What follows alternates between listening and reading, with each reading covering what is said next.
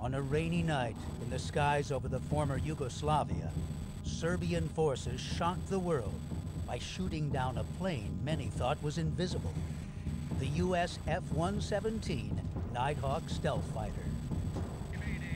I immediately thought, they got me. The product of years of secret research and development, the F-117 was designed to remain hidden from radar, an aircraft so difficult to detect that it seemed invincible. A craft known to its pilot simply as the Black Jet.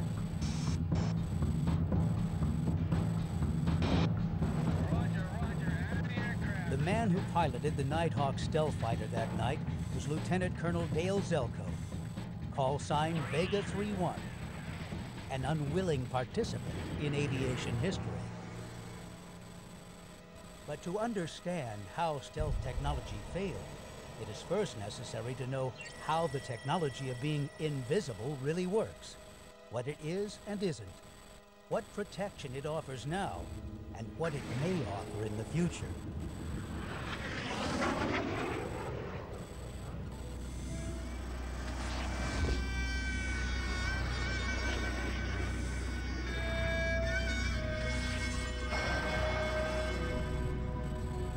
January 1991. The world's television screens were awash in the eerie green glow of the nighttime skies over Baghdad. The Iraqi capital is rocked by explosion after explosion. A big explosion less than a mile from our hotel. Thousands of tracer bullets scream into the dark skies in search of a target. It was a man-made storm. Over 1,000 U.S. combat strike missions pound Iraqi defenses every 24 hours. But one plane in particular is called upon to reach the most heavily defended targets. It is an aircraft Baghdad's weapons cannot find. They know the planes are there, but they seem to be shooting at ghosts. Their remaining radar scopes see nothing. The Iraqis are now face to face with one of the most awesome weapons of modern combat, the F-117 Nighthawk stealth fighter.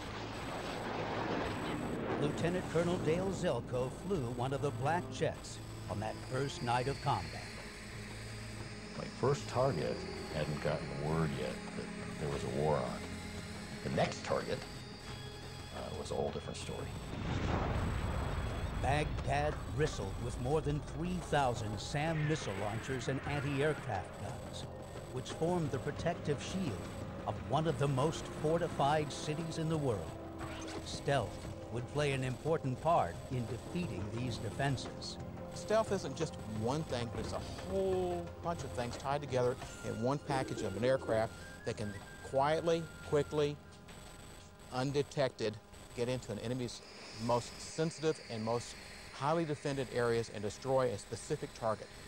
But stealth aircraft do not operate alone. To be effective, a stealth plane must be part of a concerted, coordinated, multi-level attack strategy. Here, a smart bomb flies down the elevator shaft of Iraqi Air Force headquarters in Baghdad. American forces severely crippled the Iraqi air defense system. Special forces destroyed much of their early warning radar. Striking forces also employed radar jamming. And specialized aircraft were set in to locate and suppress their surface-to-air missiles. These combined tactics provided the ideal operating environment for a formidable new advanced weapon, stealth. Still, the sky was filled with anti-aircraft artillery. A deadly blanket of random fire known as AAA, against which stealth technology offered little protection. By the time I was at my initial point doing my target run, I was looking right at the center of that massive array of AAA and had to just drive right through it. It was like a little kid trying to run through a sprinkler and not get wet.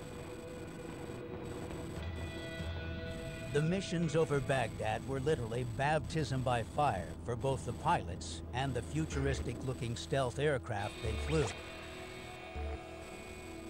By the time the intensive bombardment ended a month later, the F-117s had flown more than 1,200 missions and dropped nearly a third of all the precision laser-guided smart bombs used during the aerial campaign. There are some things that the F-117 does that are very unique, and I like to describe it as going in to find the needle in the haystack and kill it. That is our job, to sneak in and sneak out without being seen by enemy radar, hopefully, to find a very precise target and to engage that target. Because the F-117s didn't sustain a single loss during the fighting in Iraq in 1991, and the unprecedented media coverage of that war, the public perception was that the landscape of air dominance had been changed forever. American air superiority had seemingly reached a zenith through invisibility. This belief was not to last. In 1999, the stealth fighter would face a new challenge. Yugoslavia had dissolved. Its former provinces were engaged in a deadly power struggle. NATO sought to end the conflict by launching an air war against Serbian forces. American F-117s were the centerpiece in NATO's aerial arsenal. At the very beginning of the 1990s, this aircraft could fly with impunity over the most dangerous place in the world and come out unscathed. Everybody thought stealth technology was perfect. It could always get in and always get out, and people expected too much. Unlike Baghdad, where the F-117 was part of a coordinated multi-tiered assault force, they were now operating without the same elements of surprise, unpredictability, and massive aerial support. And what they didn't know was that the enemy was already experimenting with a way to see the unseeable.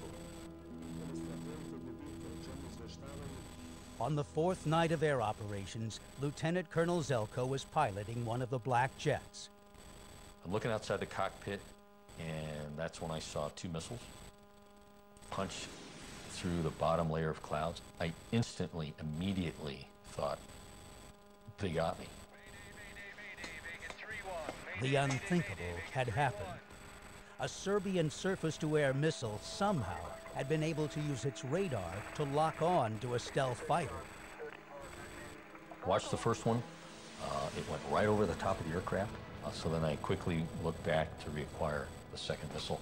And when I did, I thought, man, that's going to run right into me. Seconds later, Lieutenant Colonel Zelko's seemingly undetectable F-117 was hit. It felt to me like the entire left wing was blown off. The impossible had happened. Soon after the downing, Serbian television began broadcasting the burning wreckage of the F-117. As graphic pictures of one of the world's most secret aircraft spread around the world, shockwaves rumbled through NATO, the American Air Force, and the White House. Valuable and highly classified information about this stealth aircraft's construction and materials were now in enemy hands. But even more pressing was the question of how had this happened? How had this stealth fighter, an aircraft designed to be undetectable by radar, been spotted, targeted, and successfully brought down? Even its most ardent advocates knew that the F-117 wasn't foolproof. Stealth technology isn't invisibility, it's low observable. You can still be seen if you know how to do it. From military history, you'll look back and you'll see an advance in offensive armaments, you'll see an advance in defensive, and it's a back and forth, give and take, back and forth, and that's what's happening. Stealth itself was a counter-response to new advancements. The search to find a way to hide airplanes became critical with the advent of radar. Developed during World War II, radar rapidly became an airplane's worst enemy. By generating a pulse of energy that blankets a portion of sky, radar looks for any object that bounces back the energy it emits. The emitted signal bounces off the flying object, some of it coming straight back to the source. Conventionally, the same antenna is used for both transmitting and receiving. And though the signal returned is usually weak, it can easily be amplified. Because of this, radar can detect objects from greater distances than other sensors. By comparing the bounce-back times of the signal collected by the receiving antenna, information about the size, shape, direction, and speed of the target are formulated. This is called a radar signature. But most important of all, it pinpoints location. Planes had always been targets, but radar made them even more vulnerable. By the early 1950s, as the Cold War between the United States and the Soviet Union heated up, the need to evade radar intensified. Marked by the unveiling of 5 new missiles. The CIA needed a spy plane that could conduct secret flights. The first idea of stealth was to have a plane that flew so high that even if detected, it would be out of range of enemy aircraft and weapons. By the mid-1950s, the U.S. had its new aircraft, the U-2 high-altitude reconnaissance plane. An aircraft that could fly at the edge of space, an altitude of more than 70,000 feet. It was stealthy because in such heights it was thought to be beyond the reach of detection. But the United States would learn that flying high wasn't enough when Gary Power's spy plane was shot down in Soviet airspace in May 1960. Behind me is the reason why stealth is important. This was a hard-learned lesson by Gary Powers of the U-2, the surface-to-air missile. This one in particular is the SA-2. This is why stealth is important. These could track, attack, and shoot down American airplanes.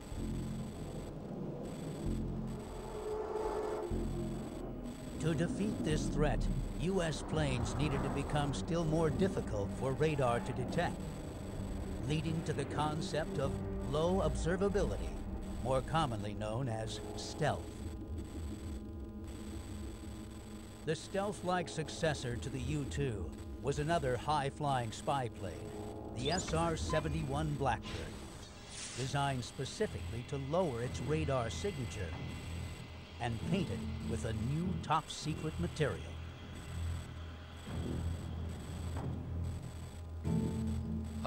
Then they went to a stealth paint that had tiny iron balls. We called it iron ball.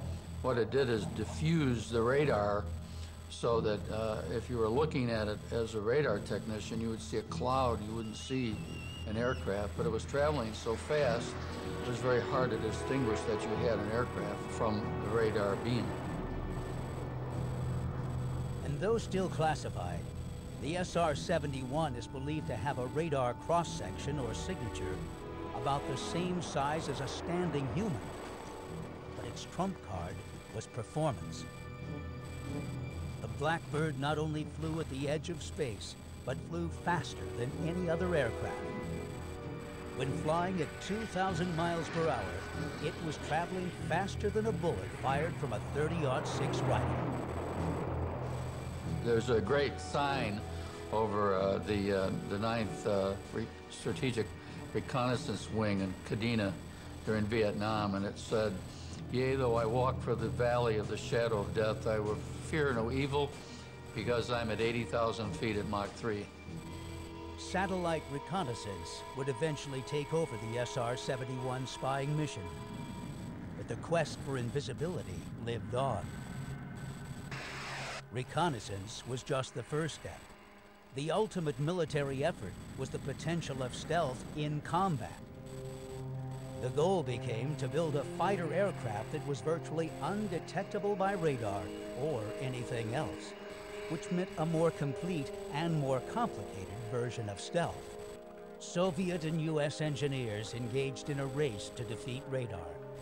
The key would be found in the analysis of radar wave diffraction, which eventually led to a eureka moment in a clandestine lab called the Skunk Works at Lockheed Martin's Advanced Development Projects Unit. If radar detects by bouncing back a signal, why not shape an aircraft so that it doesn't reflect anything straight back to the source of that radar signal? Low radar observability, the holy grail of stealth, was about to become a reality. The first truly stealthy plane was designed entirely of flat surfaces at irregular angles, which reflect incoming radar waves back and away from the radar source, effectively hiding it from an enemy's best means of detection. Its radar cross-section, although classified, is believed to be about the same as a small bird. The result? A plane that looked like no other. This was very radical because this was the first time where the stealthiness of the aircraft dictated the shape of it, whereas before it was the aerodynamics. There are only a few airplanes that have ever existed that we can truly call revolutionary. Those things that have occurred that have really changed the nature of air power. The F-117 is the first airplane that took stealth technology and that low observable property as the primary characteristic of the airplane.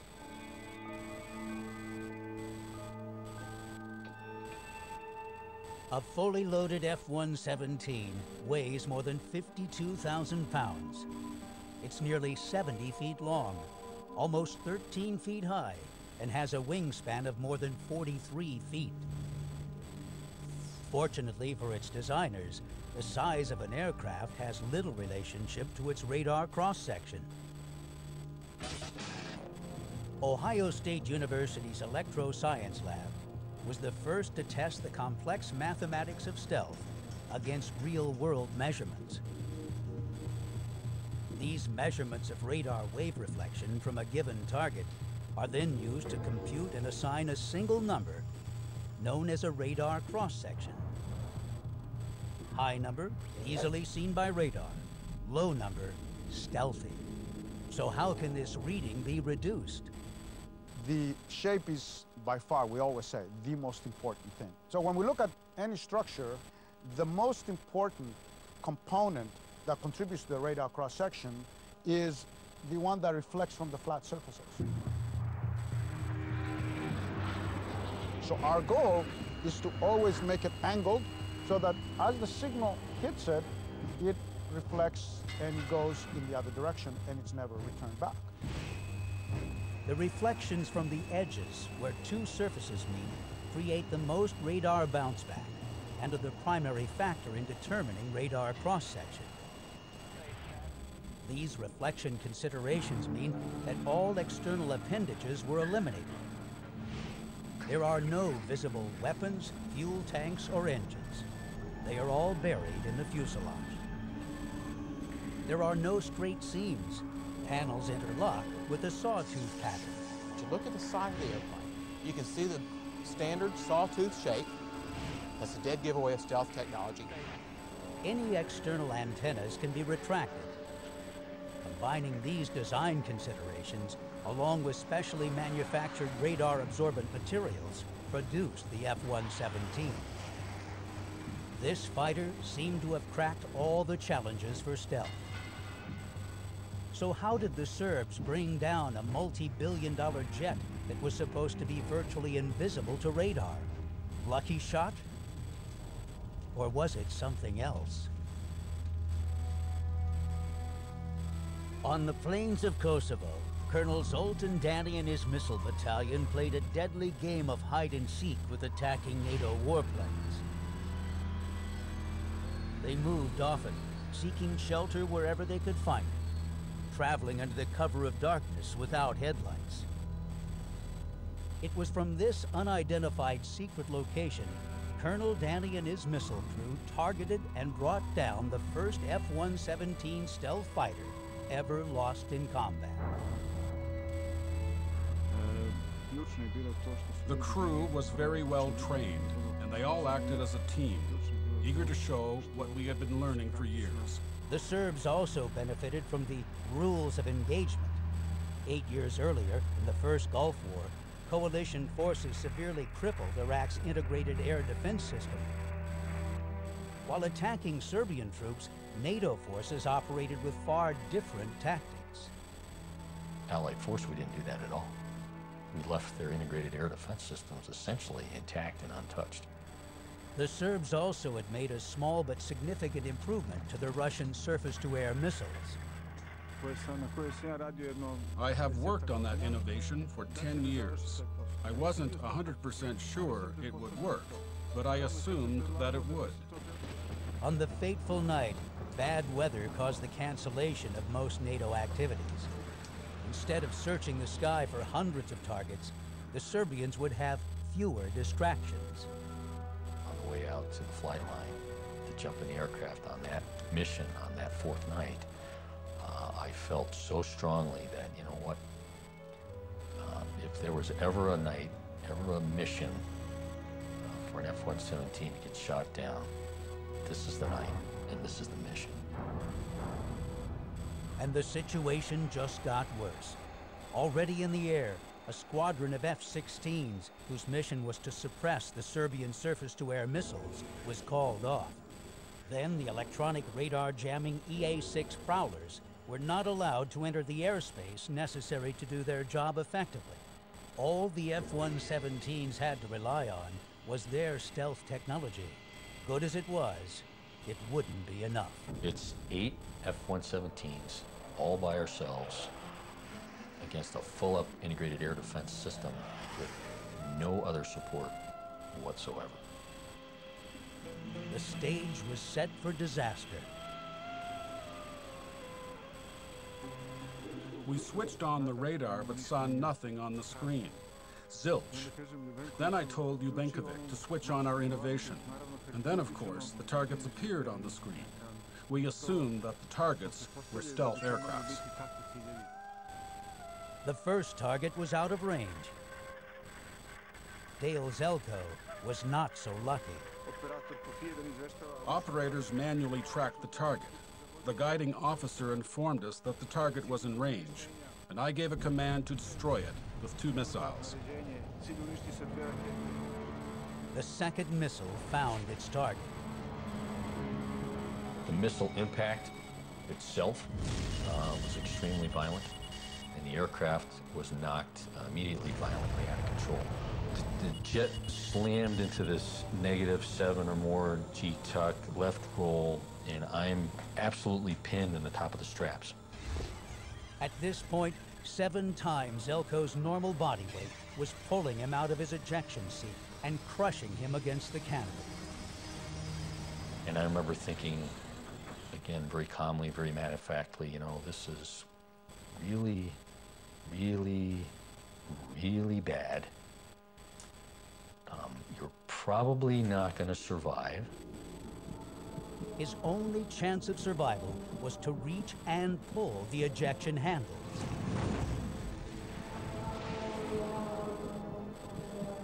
No memory of reaching or pulling the ejection handles. I do believe I had some help with that. And I remember being in the seat and I could see the cockpit falling away from me.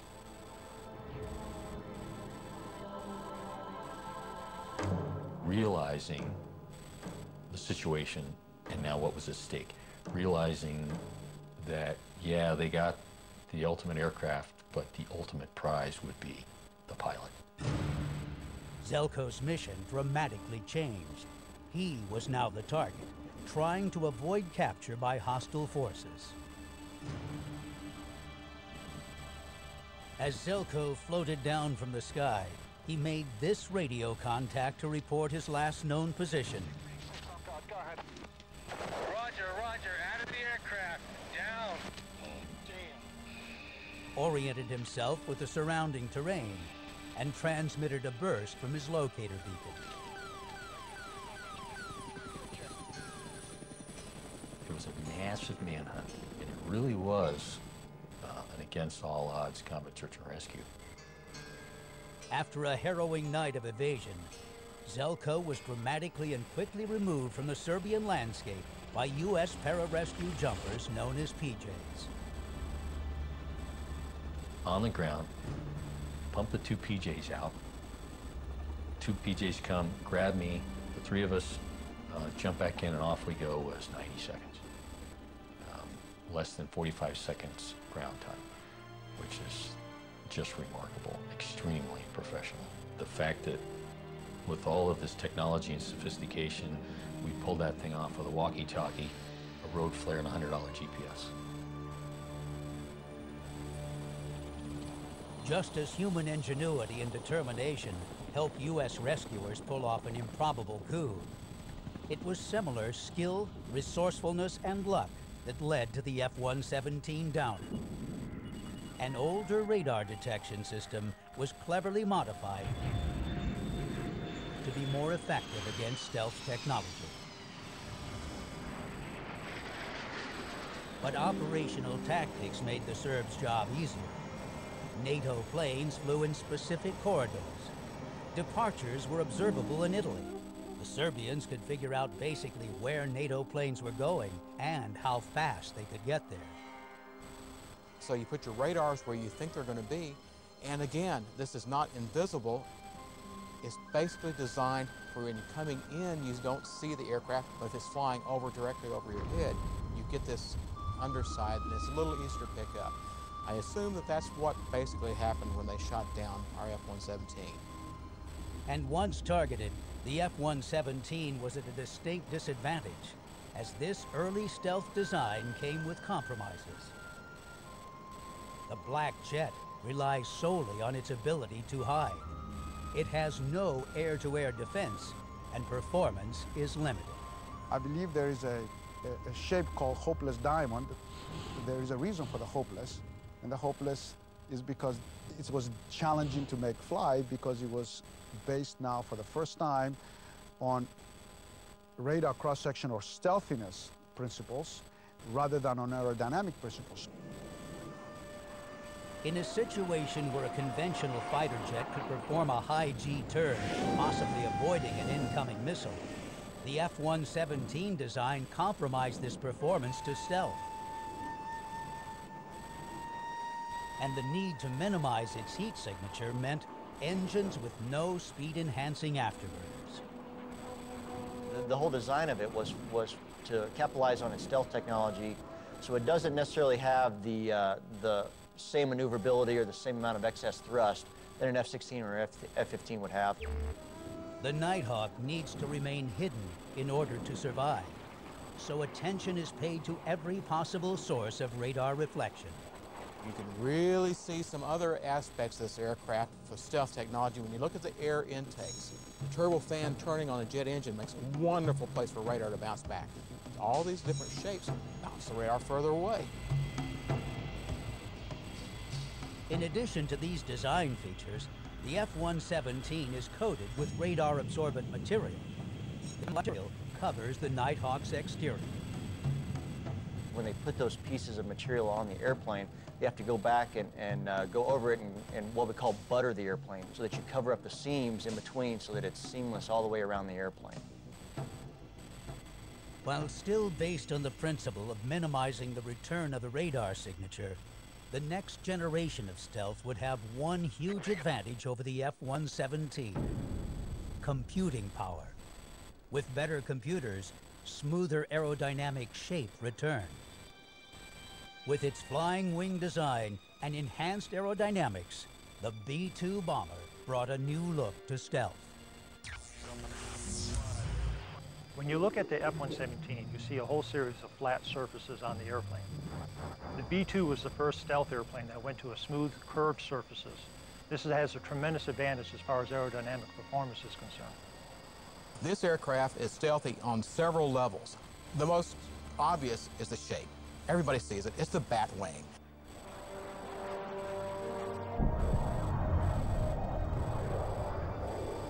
Another key feature of the airplane that aids its stealthiness is the way that we align all of the edges on the airplane. Both the leading and trailing edges are all in parallel, thus concentrating the energy from that scattering into known areas. that we can mission plan around. The global reach of the B-2 made its debut during the NATO air war against Serbia. On March 24, 1999, in the middle of America's heartland, 2 B-2 stealth bombers lift off from Whiteman Air Force Base in Missouri. Their targets are on the other side of the world. The 2-man crew will fly over 30 hours with at least 4 aerial refuelings. Just because you take off and you get airborne, it's not like high-level cruise and you can watch a movie. You have to be constantly on the ball. So it's a non-stop mission for 20 hours, even before you get to do the bread and butter of doing your target prosecution. Now it's time to get out. Well, I still got to worry about those same exact issues. Global weather. Is my tanker going to show up? Do I have to divert? And then come back after 36, 40 hours, 44 hours, and land the plane safely on the ground so they can come back and do it again.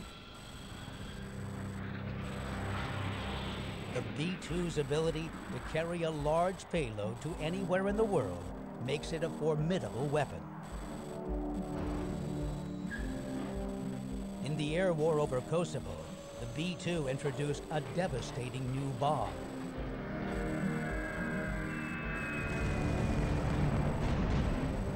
The reason the United States Air Force sends its stealth bombers into harm's way is for one purpose, right here. This is the JDAM's Joint Direct Attack Munition. The new weapon is guided to its target by a global positioning satellite navigation system. On their bombing runs over Kosovo, the B-2s carried 16 of the JDAMs, each of which could be individually directed to a specific target in a single pass over enemy territory. Is the software tells the tail which way to move, and so that it just moves around as it falls down the ground. They can guide it within just a few meters. When you mix a precision-guided weapon inside a stealthy aircraft, if the enemy doesn't know it's coming, doesn't have a radar signature, they can't pick up the infrared, and all of a sudden they get just a moment, they say, something's falling, but it's too late. That bomb is falling from 40,000 feet, and it's going to find its target. In the wake of the September 11th, 2001 terrorist attacks, the B-2's ability to reach any place in the world was once again called into action. Just 3 days into America's war on terror, 6 B-2 stealth bombers leave Whiteman Air Force Base for a grueling 44-hour mission, taking them halfway around the planet. Their non-stop flights to Afghanistan and back require multiple aerial refuelings. The trip totals over 25,000 miles and is the longest combat mission in the history of aerial warfare. We do have the capability to hold any target on the planet at risk. Flying this plane requires a lot of faith. It has no high-speed afterburner, no missiles to return fire. Stealth is its only protection. We want to minimize our detection. We don't want to be associated with another group of airplanes that can lead to our detection. So we will fly single ship, by ourselves, alone and unafraid. Both the F-117 and the B-2 are painted black and only fly at night in order to enhance their ability to avoid visual detection. We want to mitigate as many of those factors that go into it, from employment, darkness, visual, to sound, acoustic, to infrared detection or heat, to radar cross-section for enemy sensors that are trying to detect us. All of those factors go into the whole stealth business. Radar isn't the only one. To make an aircraft stealthy, it needs to remain undetected by other sensors as well. When a plane flies, it leaves behind a trail of warm air that can be seen by infrared tracking equipment. Aircraft designers have taken a number of steps to lower the infrared profile of stealth planes. Unlike conventional jets, their engines have been buried either in the fuselage or the wings. This makes the intakes less vulnerable to radar detection and lessens the heat signature of the exhaust. Another major step in cooling down the jet engine infrared reading is splitting the exhaust stream. Instead of having one intense heat flow, baffles spread the exhaust and mix it with cooler air more quickly. The V-2 and the F-117 were developed in secrecy during the 1970s and 80s using technology of the period. Improvements have been made to stealth aircraft over time, but as the Serbian downing of the F-117 made clear, anti-stealth technologies are also advancing. They're smart. They're not stupid. They know how to figure these things out. That's why stealth technology cannot stop with this aircraft. It cannot stop with the B-2. Exactly what Colonel Danny's improvement to his SAM missiles radar was is a closely guarded secret. Even if U.S. defense experts know, they aren't telling. But there are theories on how current stealth technology might be detected. The innovations of the F-117 give it low observability by both conventional infrared and radar sensors. But it is not invisible. So what other means of detection might work? As a plane moves through the air, it leaves swirls called vortices in its wake. Storm vortices are routinely detected by Doppler radar, enabling weather forecasters to track severe weather. Might a super-sensitive, highly focused Doppler pick up these aircraft vortices? Conventional radar transmits and receives from the same location, and stealth planes are designed to reflect these incoming radar pulses away from their source. But a series of offset receivers could read the deflected radar from several locations, and then use simple triangulation to pinpoint the source of the deflection.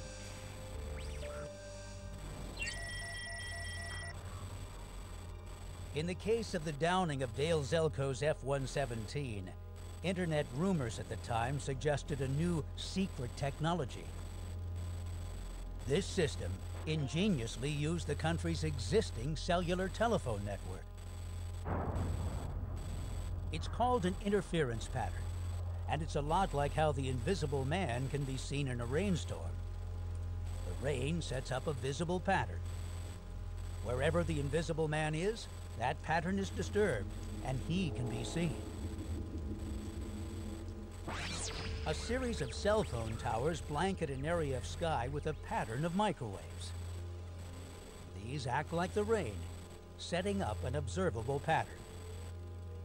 Ground receivers in sync with the GPS might pinpoint a stealth plane's location by reading where that pattern is being disturbed, just like the invisible man in the rain. Once that disturbance, or aircraft's position, is determined, conventional ground-to-air missiles could be used against the target. No matter what brought the F-117 down that night over Serbia, the lessons learned in creating the Nighthawk and the B-2 are guiding the development of the next generation of stealth planes. Supercomputers now permit designs that are both stealthy and aerodynamic. Instead of coating the F-22 and F-35 with radar-absorbent materials, the metals themselves are newly created to be inherently radar-absorbent. It's called the F-22 Raptor, a fifth-generation stealth fighter manufactured from radar-absorbent materials and boasting state-of-the-art performance in addition to stealth.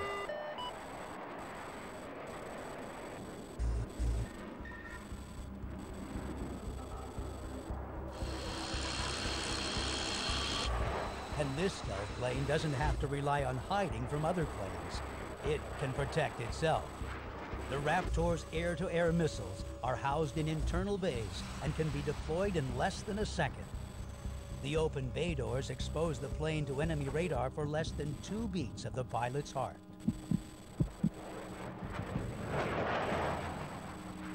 It's a fighter pilot's dream.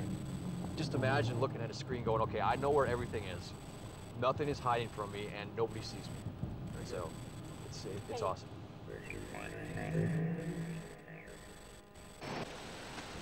A second stealth aircraft was developed to provide stealth capabilities to a wider range of aircraft. It's called the F-35 Lightning II. And like the F-22 Raptor, it's also a fifth-generation stealth fighter. It appears to be a slightly smaller, more conventional one-engine version of the beefier F-22. The F-35, also known as the Joint Strike Fighter, is being manufactured in 3 different versions in order to accommodate the varying needs of the U.S. military and its allies. And for the first time, all these roles can be filled by a stealthy aircraft. The F-22 and F-35 represent the current quintessence of stealth. But aircraft designers are looking at new stealth technologies for ways to stay invisible and to keep pilots safe from harm's way. One way to assure that is to use sophisticated unmanned stealth fighters to take on dangerous missions. Aircraft controlled by pilots who are no longer in the cockpit.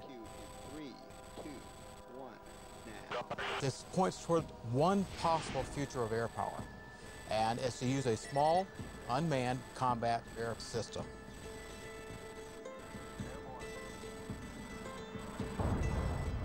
It's called a UCAS.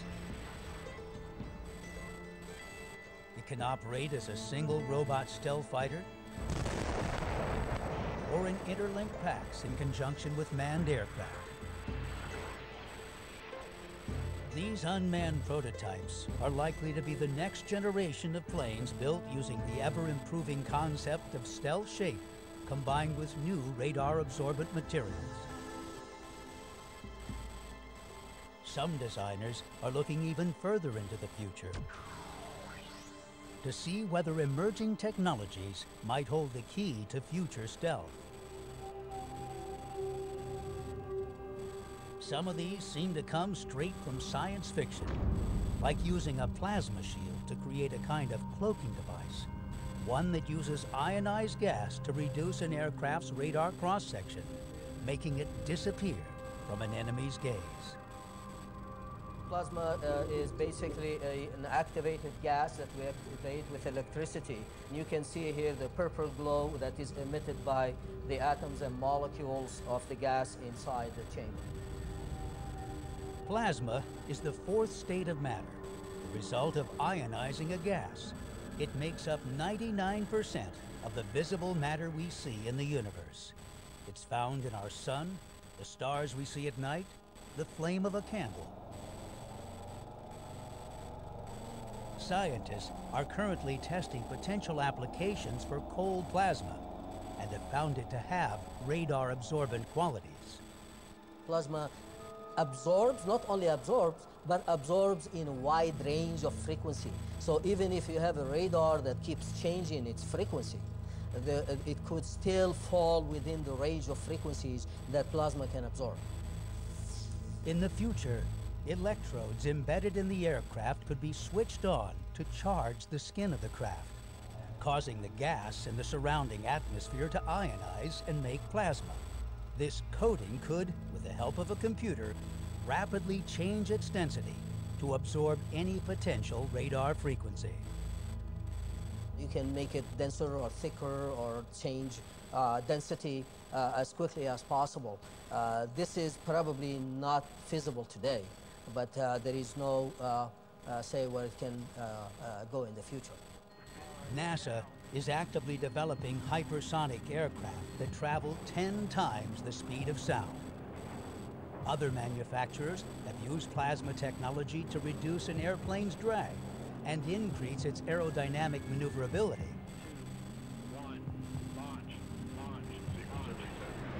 Combining plasma and its inherent stealth with hypersonic speed might result in an unmanned aircraft capable of reaching a battlefield anywhere in the world in less than 2 hours. We are in the pushover to negative alpha.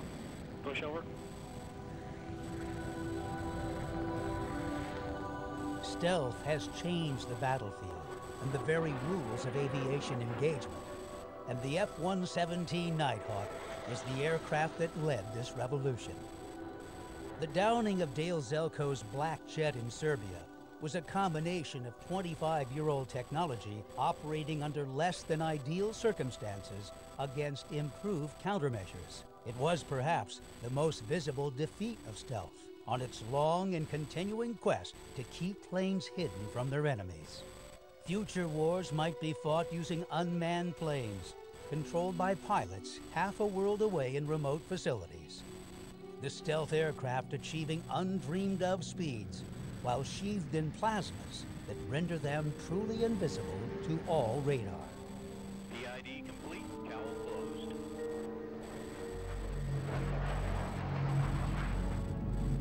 But if we use history as our template, there is little doubt that the deadly cat-and-mouse game of stealth versus counter-stealth will continue, unseen, in the skies overhead.